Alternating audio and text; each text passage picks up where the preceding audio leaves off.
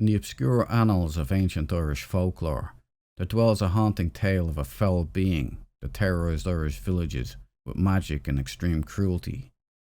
Such was the level of torment inflicted by this demonic entity that the villagers had to call upon Ireland's greatest hero to save them. In this obscure file from the Shock and Story archive, we are going to explore the terrifying Irish legend of the Abhartach.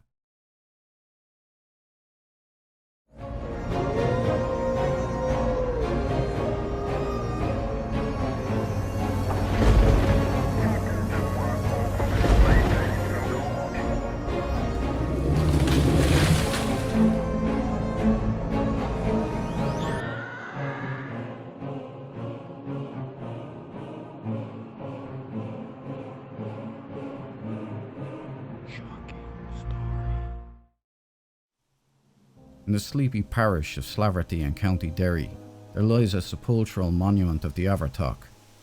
This creature was said to be a malevolent dwarf, a dreadful tyrant, and a powerful magician, who liked to use his magic to torment the surrounding villages and prey upon the peaceful peoples who lived there. This campaign of terror went on for years, with little that the villagers could do in their own defence. They did try to fight back, even attempting to kill their tormentor on several occasions, but the Abhartach was just too powerful, and every attempt ended in failure. Fighting back only made the cruelty intensify, so all they could do was accept the continuing torment. Desperate to be freed of this dreadful tyrant, the people sought out the help of a great chieftain and hero by the name of Fionn McCool. McCool was known as a legendary warrior and hunter, renowned for his prowess in combat. He was also the leader of a fierce band of Irish warriors known as the Fionn. McCool listened to the villagers as they regaled him of the great brutalities that were being visited upon them. He was so disgusted that he quickly agreed to help them. Given his reputation, the people had great confidence that their problems were now over. This great hero was surely a match for the terrible Abhartach. So on a rainy night, Fionn McCool rode out alone to confront the Abhartach, and beneath the silver haze of the full moon, he came face to face with the foul spectre. McCool drew his sword and fearlessly charged to meet his foe in battle. The pair became locked in a savage confrontation, with McCool's supernatural physical prowess pitted against the Abhartach's powerful magic. Fionn McCool's combat skills proved to be too much for the Abhartach, and after a fierce struggle, the foul entity met its end as McCool thrust his sword into its chest. Although sworn enemies, McCool respected his foe and chose to bury the tormentor at the site of the battle, marking its grave with a large rock. He then returned to the villagers and delivered the good news that they were now free from the tyranny of the Abhartach. The villagers were overjoyed to hear such news and celebrated the great victory with cheers and revels as they looked forward to a new life that was now free of the torment that had plagued them for so long. However, the next night, as the monochrome cast of the moon's light graced the site of its demise, the Abhartach rose from its grave and returned to the villagers, even more evil and sadistic than it had been before. Furious that they had dared to send a hero out to kill him, the raging ghoul demanded a bowl of blood from each of the villagers in recompense, and drank every drop in front of them. The Abhartach's desire for blood was insatiable, and the villagers now feared that they would soon be dead. Night after night, the Abhartach would return for more blood, not caring that its victims were getting weaker and weaker with each night that passed. Distraught, the villagers returned to Fionn McCool, desperate and near death. The chieftain, who was confused by the Abhartach's escape from the grave for yet another time, assured the villagers that he would put things right, vowing that this time he would surely put an end to the creature, once and for all. And so the legendary warrior set out for a second time, his attempt to track down his foe taking longer than it had before, as the Abhartach had become aware of his existence and the threat that he now posed. But the evil magician couldn't evade the great warrior forever, and the pair would eventually meet in a furious second battle when McCool cornered his foe in a remote forest and drew his sword. The Abhartach was stronger than in their first encounter, and backed into a corner, it proved to be far more of a challenge for the mighty hero. But once again, the great warrior's skill proved to be too much, and the creature was struck down, dying at McCool's feet. McCool buried the Abhartach at the scene of their battle, same as he had done on their first encounter, but not before checking that it was in fact dead. The next night he reported back to the villagers, certain that this time the foul thing would not return to continue its campaign of terror. Upon hearing the news, the villagers were more hesitant than relieved, fearing that the Abhartach would return with even greater vengeance the following night. McCool assured them that the evil spirit had been put to rest and that their nightmare was over. He then headed back to the Fianna, promising the villagers that he would return if the Abhartach returned. McCool then rode off into the Irish countryside, confident that the job had been done. The Abhartach was indeed dead, he'd made certain of it. But in the moonlight of the second night, the Abhartach crawled up from its muddy grave, angry and more powerful.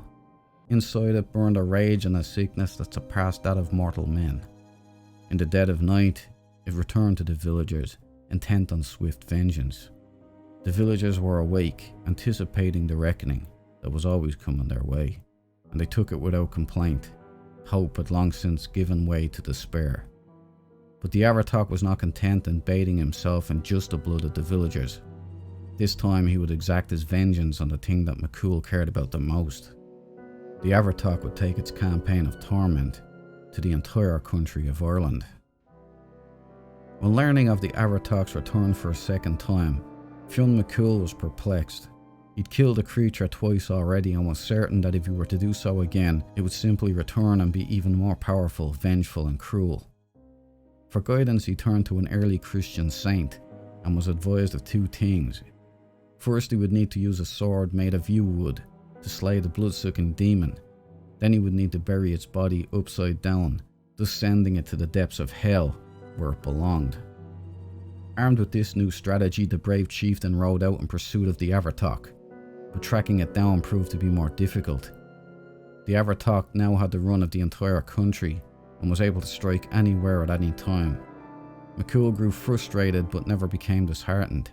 With dogged tenacity he stayed in pursuit of his foe, never more than a step or two behind. He would not stop. Day and night he tracked the blood-drinking devil, electing not to eat, drink or sleep until his enemy had been destroyed.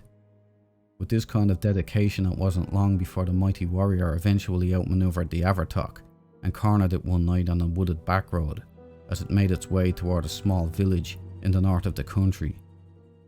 The two met each other with silence, each staring the other down with burning intensity. To its credit, the Abhartach did not flee or fall to its knees. Instead, it charged towards McCool, who also bolted into the fray. They clashed hard, strikes were parried and blows were evaded. The Abhartach was more difficult to kill than in the previous two battles. It had grown more cunning and powerful than it had been before, avoiding the legendary warrior's best strikes while lashing out at him with its clawed hands, nails so sharp and strong that they were more like daggers. But Fionn McCool was able to get the Abhartach's timing and movement down, and when the opportunity presented itself, he thrust his sword where the beast was going to be, striking a mortal wound with the tip of his sword. The Abhartach dropped to the great warrior's feet for the third time, and died. McCool buried it just as he had done on the last two occasions, only this time he buried the creature upside down to quench its magic, exactly as he'd been instructed to do. He also placed a great stone on the grave to lock it in and mark the location for those who lived in the area. The next day, the triumphant warrior hunter returned to the distraught and broken villagers and for a final time assured them that their ordeal was over. The tormentor had been sent to hell and would not be returning. To ensure this, McCool remained behind at the village, watching over the villagers in case the devil managed to once again rise from the grave. The next night passed without incident, as did the next one after that and the one after that. The Abhartach, the terrible tormentor of the people, the powerful magician and bloodthirsty vampire, did not return. To some this is merely fiction, the ramblings of an ancient people gifted with a vivid imagination and a keen appreciation of a good story. But the grave of the Abhartach is still there, and all folklore is based on some truth. If we dig deep enough and wait long enough, the reality that we live in today reveals to us that we only think we have it all figured out. Things happened back in the world of the past, that we can't explain with the context of the present.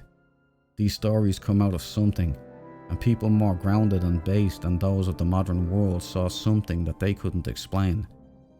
That's where stories and folklore come from. There are more things under the sun than can be dreamed of in your philosophies.